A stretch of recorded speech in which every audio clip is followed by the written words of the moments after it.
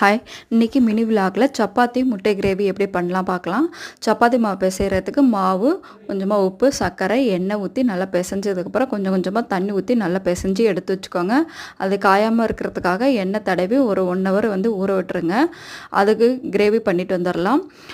Gravy பண்ணுறதுக்கு தேங்காய், முந்திரி, மிளகு, சோம்பு இது நல்லா பேஸ்ட் மாதிரி அரைச்சி எடுத்து வச்சுக்கோங்க. தக்காளி, இஞ்சி, பூண்டு இது பேஸ்ட்டு பண்ணி எடுத்து வச்சுக்கோங்க. அப்புறம் செய்கிறதுக்கு வாணலியில் எண்ணெய் ஊற்றிட்டு பட்டர் போட்டு நல்லா காஞ்சதுக்கப்புறம் பட்டை கிராம்புலாம் போட்டு நல்லா பொரிஞ்சு வரட்டும். வெங்காயம், பச்சை மிளகா போட்டு நல்லா வதக்கி விட்டுக்கோங்க. அது கூட மிளகாத்தூள், மஞ்சத்தூள், கரம் மசாலா போட்டு நல்லா வதக்கி விட்டுக்கோங்க. அரைச்சி வச்சுருக்க பேஸ்ட்டு, தக்காளி பேஸ்ட்டும் போட்டு நல்லா வதங்கி வந்ததுக்கப்புறம் கட் பண்ணி வச்சுருக்கிற முட்டையும் சேர்த்து நல்லா வதக்கி விட்டுட்டு அரைச்சி வச்சுருக்க தேங்காய் பேஸ்ட்டும் போட்டு நல்லா வதக்கி கொதி வந்ததுக்கப்புறம் இறக்குனிங்கன்னா உங்களுக்கு முட்டை கிரேவி ரெடி ஆயிரும்.